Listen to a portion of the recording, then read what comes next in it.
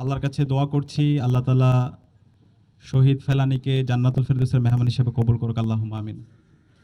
শহীদ ফেলানীকে যেদিন কাঁটাতারে ঝুলিয়ে রাখা হয় এবং ভারতীয় বাহিনী বিএসএফ যখন পাখির মতো গুলি করেছিল এবং শহীদ ফেলানীকে যখন কাঁটাতারে ঝুলিয়ে রেখেছিল এবং তার যে রক্ত, মাত্র 20 গ্রামে রক্ত পড়েনি, সারা বাংলাদেশের জমিনে সেদিন রক্ত পড়েছিল।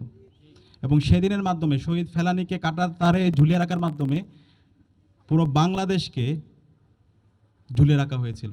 বাংলাদেশের সার্বভৌমত্ব সেদিন হারিয়েছিল। এবং 2011 সাল থেকে আমরা দেখতে পেয়েছি বাংলাদেশে ভারতের আধিপত্যবাদ কিভাবে এখানে চাপিয়ে দেওয়া হয়েছিল। আমরা আর স্বাধীন ছিলাম না। টানা তৃতীয়বার অর্জন করেছে দেশের সেরা সুপার ব্র্যান্ড স্বীকৃতি বসুন্ধরা টিস্যু। বাংলাদেশের সব কিছুই ভারত থেকে নিয়ন্ত্রিত হতো। আমরা ছিলাম ভারতের একটা সাপ্লেট কলোনির মতো।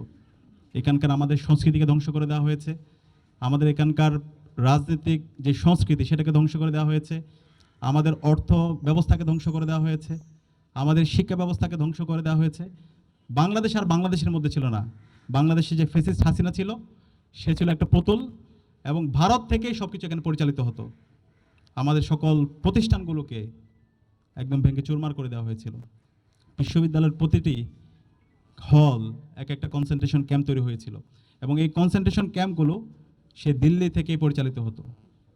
তো গত 16 বছরে যে আজাদির লড়াই, যে সংগ্রাম, সেই সংগ্রামের আমাদের শহীদ ফেলানী ছিল আমাদের একটা অনুপ্রেরণার বাতিঘর।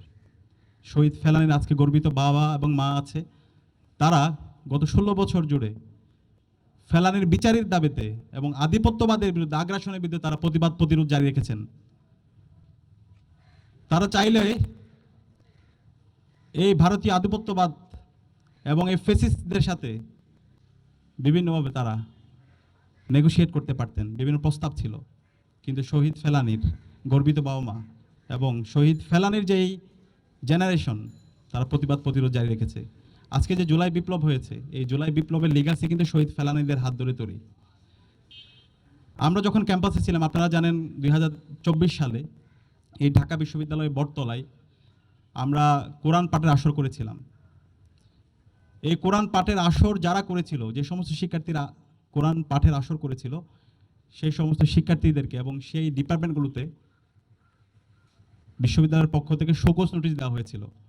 তো আমরা যখন খোঁজ নিচ্ছিলাম এবং আমরা যখন প্রশ্ন করছিলাম তৎকালীন বিশ্ববিদ্যালয়ের ভিসি ফ্যাসিস্ট মাকসুদ কামালকে, তখন মাকসুদ কামাল বলছিল তার কাছে এম্বাসি থেকে দিল্লির তাবেদাররা, দিল্লির দালালরা এম্বাসি থেকে তার কাছে চিঠি পাঠাইছে, এই ঢাকা বিশ্ববিদ্যালয় বটতলায় যে কোরআন তেলাওয়াতের আসর করা হয়েছে সেই কারা করেছে তাদের বিরুদ্ধে যেন বিশ্ববিদ্যালয় শোকজ, তাদের বিরুদ্ধে ব্যবস্থা গ্রহণ করে, তাদেরকে যেন বহিষ্কার করে। তাহলে চিন্তা করেন আজকে আমাদের এই বাংলাদেশ, যে বাংলাদেশ আমাদের এই অঞ্চলের মাটিও মানুষের যে সংস্কৃতি, সেই সংস্কৃতি যারা পালন করছে এবং যেখানে 90% অধিক মানুষ হচ্ছে মুসলমান, তারা কোরআন পাঠের একটা আসর করছে, সেই আসর দিল্লির তাবেদাররা সহ্য করতে পারছে না। তারা এখানে চিঠি দিয়ে সেটা বন্ধ করার জন্য শিক্ষার্থীদেরকে বিভিন্ন ধরনের হুমকি ধুমকি দিয়েছিল। এবং এই পুরো ফেসিবাদ জুড়ে বাংলাদেশের এই সকল গণহত্যা, শিশু হত্যা এবং বাংলাদেশের প্রতিটি জায়গায় যে মানবাধিকার লঙ্ঘন হয়েছে, এই সকল কিছুর সাথে এই ভারতীয় আধিপত্যবাদ জড়িত আছে। এবং ভারতীয় আধিপত্যবাদের বাংলাদেশে যারা দূষর, খুনি হাসিনা, নিষিদ্ধ ছাত্রলীগ, যুবলীগ এবং কালচারাল ফেসিস্ট চক্র, যারা এই ভারতীয় আধিপত্যবাদকে এখানে লেজিটিমাইজ করার চেষ্টা করেছে, এটাকে বৈধতা দেওয়ার চেষ্টা করেছে, তারা এটার সাথে জড়িত আছে। এবং এই জুলাই বিপ্লবে কিন্তু আমাদের স্লোগান, কমন কয়েকটা স্লোগান ছিল। সেই স্লোগানের মধ্যে অন্যতম একটা স্লোগান হচ্ছে দিল্লি না ঢাকা, ঢাকা ঢাকা, গোলামি না আজাদি, আজাদি আজাদি, ভারত না বাংলাদেশ, বাংলাদেশ বাংলাদেশ। তো এই যে আজাদির লড়াই, সেই লড়াই আমরা আমাদের এই জুলাই বিপ্লবের মাধ্যমে আমরা একদম পূর্ণাঙ্গ আমাদের লড়াইটা আমরা শুরু করেছি।